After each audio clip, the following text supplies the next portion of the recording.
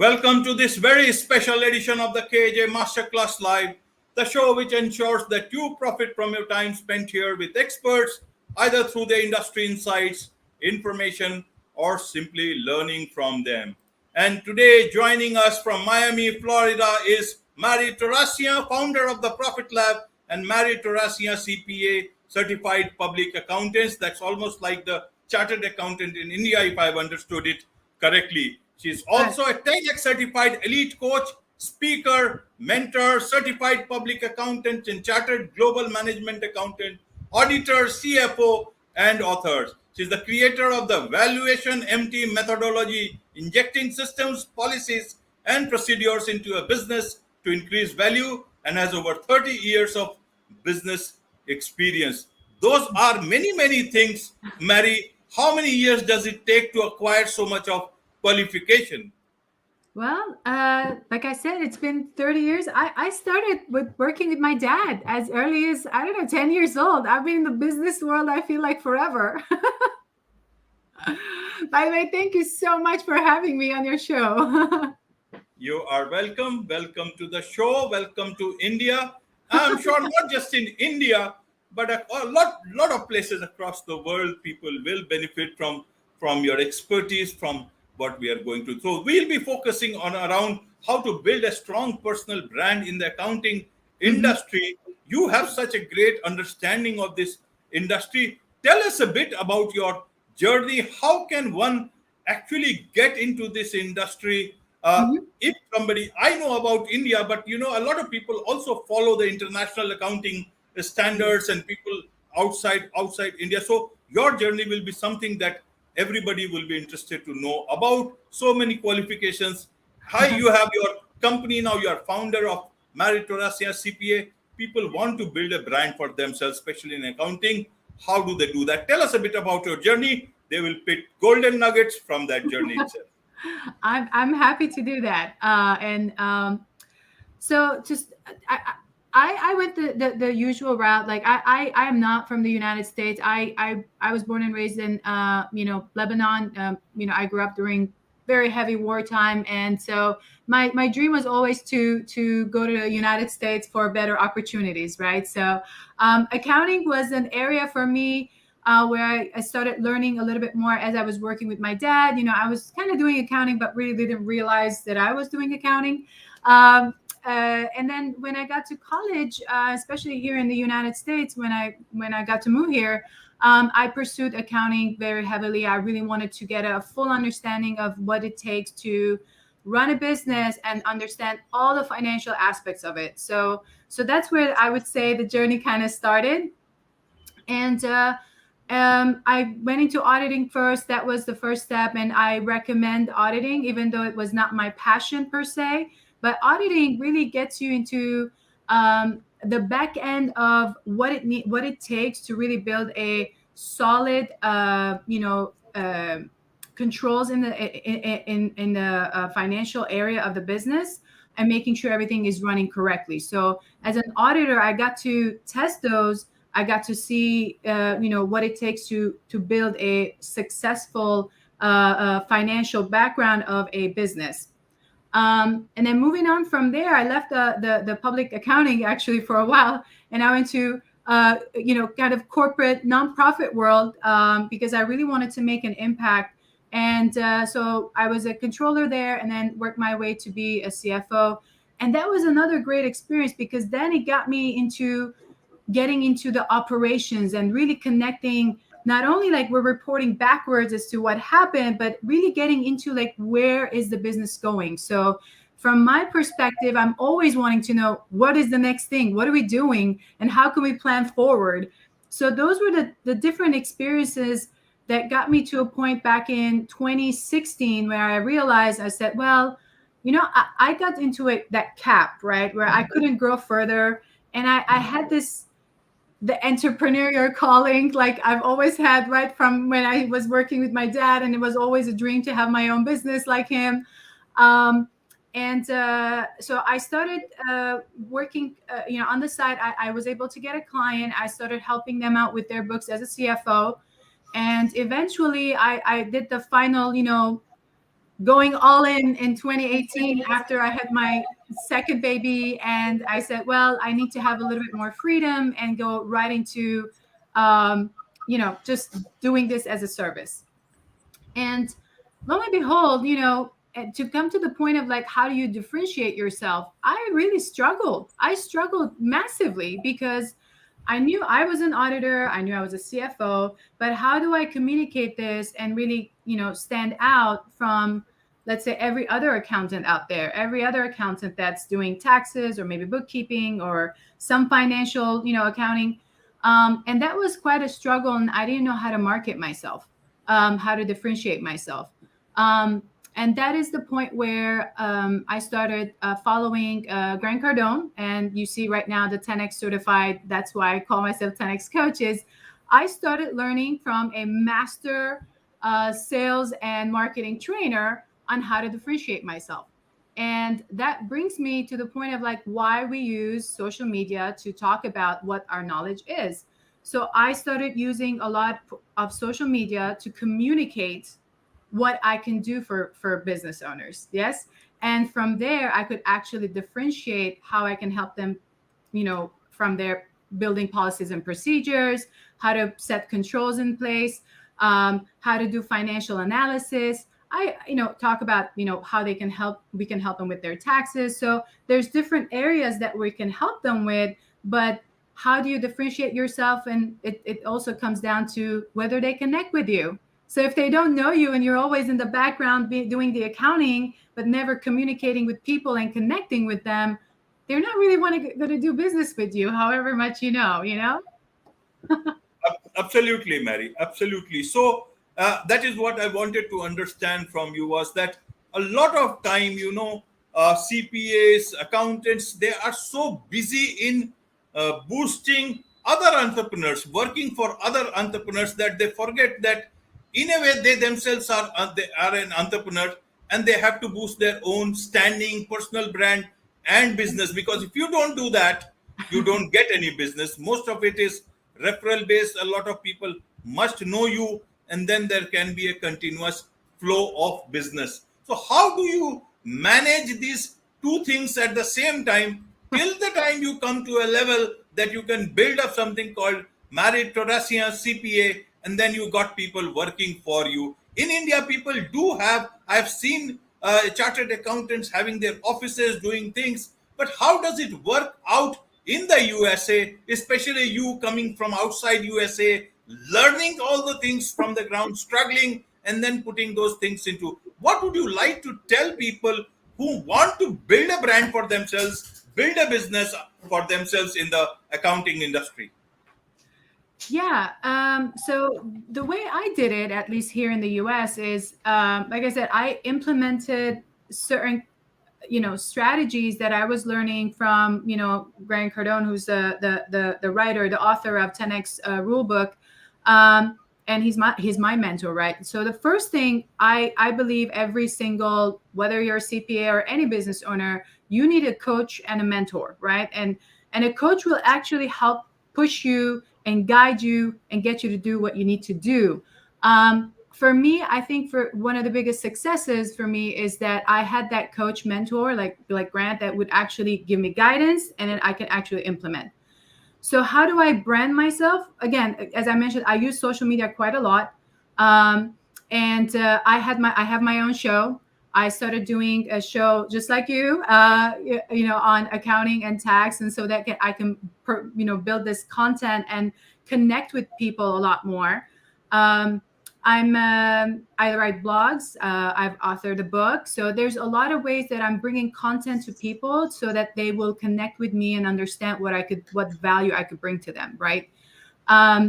And that's one of the ways. And I don't want to get too technical on the marketing side. There's a lot of things that happen in the back end of marketing that there's systems, there are CRM systems, softwares that are doing some of that, legwork, because I can't do it all. I have a small team that actually helps me on the marketing side, on the accounting side. So you do need a team and you build as you go, right? So it cannot be one person show. And to bring it to the point of when you said, certain, CPAs, they're kind of helping other businesses grow, but they're stuck doing the same thing over and over and they can't grow. And that's because they're struggling between delegating, I believe. And they say, for example, oh, I can't find the right people. Well, it depends on what you're trying to delegate, right? So there are great people out there, but sometimes you got to coach them. So if you don't want to coach and you're just going to make it an excuse that they're not trainable or they're not, you're not going to be able to grow the business. So I think CPAs and even other business owners, they need to kind of step back and look at the big picture sometimes. And that's why I said a coach is a requirement to help you kind of like say, stop, let's get big picture level, let's look at it from high up and then reorganize here and then get you to focus on the right things. Absolutely get you focused on the right thing. Now, you as accountants or CPAs, you people know how to do perform a business plan and projections for others. Yeah. How do you use the same thing for the accounting things that you do as an entrepreneur for yourself? Is it possible to do? How do you bring those numbers to create projections for your own business? No, I love that question. And I do, by the way, I create models for myself and keep pushing at it. And because they're two businesses, right? There's the management consulting where I do all my coaching and speaking engagements through there. And the other one is a CPA. I do have my models. I do have my targets, right? And I always go back and compare. So I never forget about my business, right? I do know when to stop and look at my own numbers and say, am I hitting my own numbers or not? And what do I need to adjust to get to there? So, and I'll give you an example now because I like being transparent. No one is perfect. I'm at a point right now where I'm evaluating a bunch of softwares that I pay for. A lot of them, between some are for accounting delivery work and some are for marketing. I'm at a point where I am reevaluating all the softwares that I'm using, cost versus effectiveness and efficiencies. And I'm also evaluating my team because I'm at that breaking point where I'm like, if I'm going to grow to the next point, I need my team to be more tight. I need my team to be working better and faster and, more efficient, more communication. And then on the other side, I need softwares that do not take us too much time and hours and implementation, right? So there's different things that I am at a point of like figuring out. And that's the stuff that most people forget. You do need to take a retreat, even if you're by yourself with a couple of team members. You do need to take that retreat, like as if you were in a board setting, and regroup yourself, look at your numbers, and see what you need to do next to get to that next level. And if you had a coach, obviously your coach will force you to do it. But if you don't have a coach, you should train yourself to do it. Absolutely. And now let's come to the valuation part. Yes. You people play a very crucial role in valuation of companies and telling them how they can increase their valuation. Mm-hmm. Someday a lot of CPAs or chartered accountants think about, obviously they want to be in that work for a long time, but many a times you just want to sit back and relax and enjoy your life, maybe bring that firm to a certain valuation. How do you create the valuation for an accounting firm?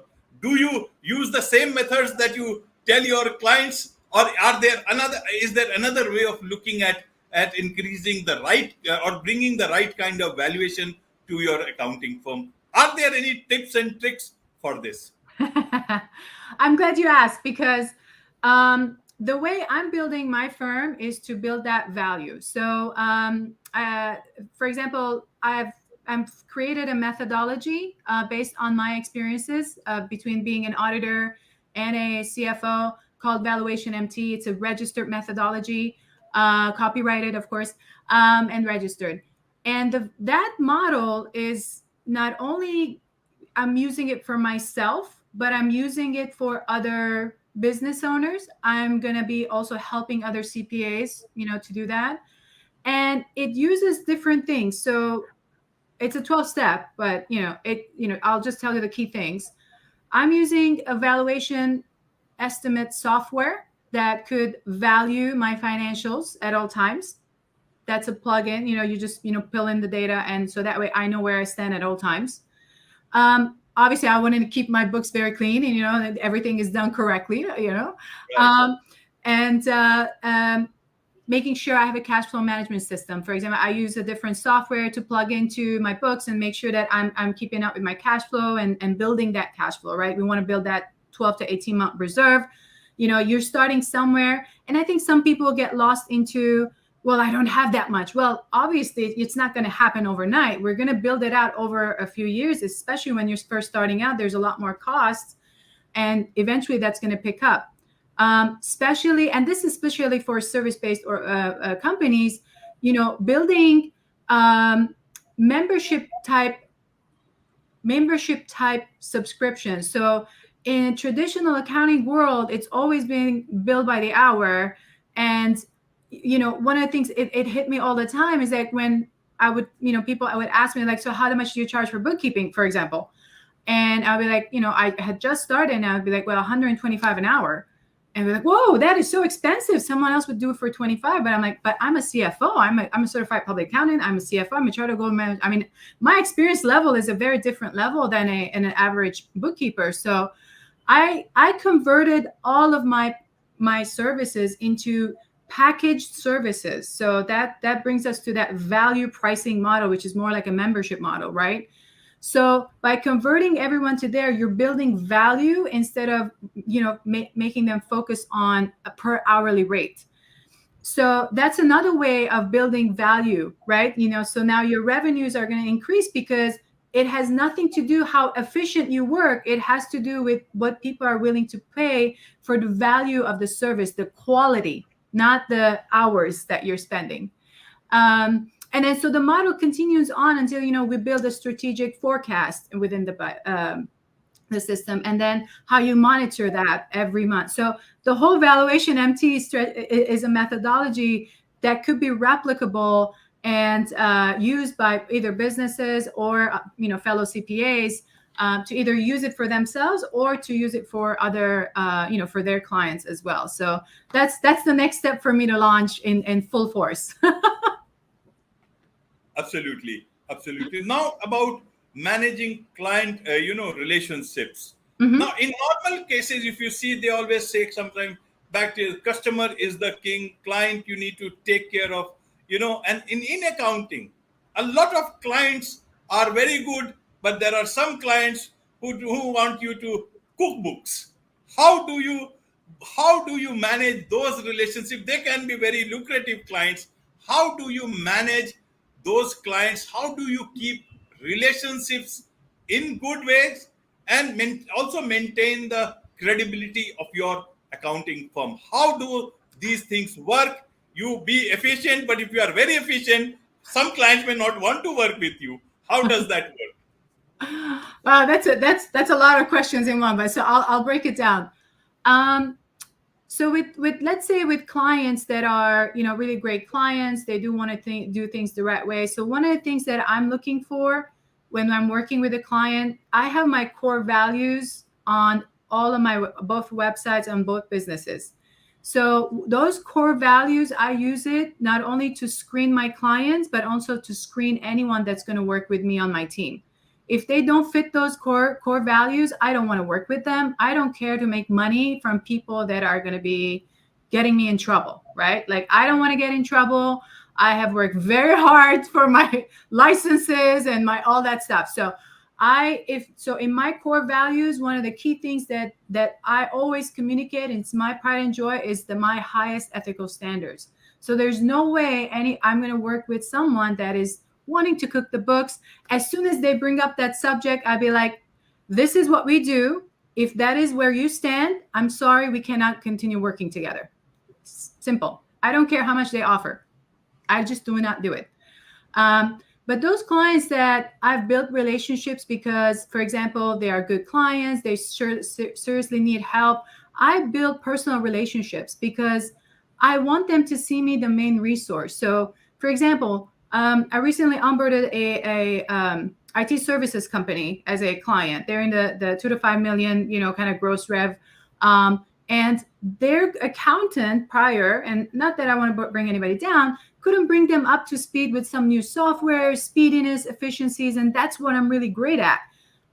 So I've built that relationship with them where in 3 months we've already built out so much efficiencies that the gentleman was like, he was so happy. And when he needs something, I'm looking at something like, wow, you're paying a lot of interest on that loan. You know what? I'm going to introduce you to a colleague of mine. That's her focus. Let's see if we can get this interest lower on a rolling you to another, a line of credit or a loan that can help you minimize your cost. That's the type of relationships that I am trying to build with clients so that we can work together for a very, very long time. I'm not looking for a one-time client. I'm looking for a long-term relationship with my clients. So that's the type of value adds that we got to bring to our clients and build those relationships. Absolutely. Absolutely. Now, you talked about the use of social media, Marie. Yeah. Traditionally, in accounting, we haven't seen people very vocal about their services. At least in India, that's what I've seen. It's much more of a network sort of an industry. They know the client, they know the business, and people refer to one another. How do you use the social media in the right manner, as well as the type of industry that is, you don't come out too loud also? How do you manage both the things? Yeah, that's a great question. So obviously I didn't know how to use social media when I first started back in 2017-ish. I realized I'm like, well, I do have to. I was on social media for personal, but not for business. So I realized I really had to push more content there, but I really didn't know what to do. I was looking for some, what would make me kind of like motivated. So I was posting motivational stuff, some tips here and there, but it had nothing to do with really what I was doing. After a whole year, I'm like, I don't know what, this is not working for me. Again, after massive amount of training, the content I started creating was really catered to the person, my audience, which let's say it's service-based companies. What are the problems that they're having, so that every content that I'm posting is solving a possible problem. Obviously, it's not going to say everything because we can't put every. They want us to. We want them to call us to solve the problem, but we want to put it in a way where it says, "Are you having this problem? Well, this is how we could solve it, right? Or this is the solution. But if you want to learn more, give us a call." So that's usually the format, like in a way to say how to. Here's the 3 things you can do, and you want more help. Here's the call to action, which would be call us, book a call, something like that. So I switch from just random posts to something like that. The other type of post that I do now after building that type of content is anytime that I'm going to conferences, whether to speak or to learn. Sometimes I'm going there to learn. Like recently I went to the Florida Institute of CPAs, their biggest conference in June, because I need to catch up on my CPE credits. And I was posting with, other speakers and how great the conference was and why do I go to these conferences. So you also want to showcase to your possible clients or prospects that you are staying on top of your game. Then you are so awesome at what you do, right? So you're building that trust and confidence so that they would reach out to you first. So that's how you build that brand image and start distinguishing yourself from the rest of the accountants, right? Right. Now tell us a bit about the Profit Lab, and also, you have written 2 books, if I know, and there could be more which I don't know about, but if there are, do mention about this. Tell the audience about those books. They can benefit more from this. This is just one show. There you have got so much of content. You have got shows for yourself. Help us know about the Profit Lab from people, where people can actually profit from. Yeah. So with the Profit Lab, that's mostly the management consulting company. That's the area where I would focus with business owners on, coaching them. I focus on 4 areas, so what we do is depending on if they're group coaching or one-on-one. So let's talk about one-on-one. In one-on-one coaching, what I do is that I have them fill out multiple questionnaires on individual strengths, or whatever, their learning module, how they learn, and then their business challenges. So from there, what we'll do is that we do a deep dive 2-hour session where we'll pull from all of those different questionnaires the key challenges that they're having.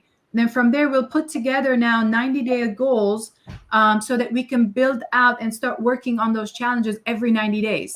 That way, we're moving the leader, the owner, from where they are stuck to getting unstuck and start pushing forward, right? So that could be in the financial area, could be marketing, could be operations, or it could be in the sales area. Being a 10X certified coach, I have access to complete online sales training and marketing. So I can actually get them onto those online trainings to support what we are doing. So they can also get a lot of sales training as well. I can also do a lot of, let's say, private workshops where we're building their wholesale system or their marketing system. So there's a lot more that I'm doing on that side as a coach. Coming to the books, those 2 books, I wrote them, really catered to a business owner to help them understand what it takes to build more of the finance and the accounting side of their business, right? So it kind of goes a little bit deep dive into accounting, but not in a complicated technical way. So it's supposed to be one of them is a very short, kind of like an ebook style. It's about 25, 30 pages. It's not that complicated, easy read. The other one is more of a, 250 page, more of a deep dive book.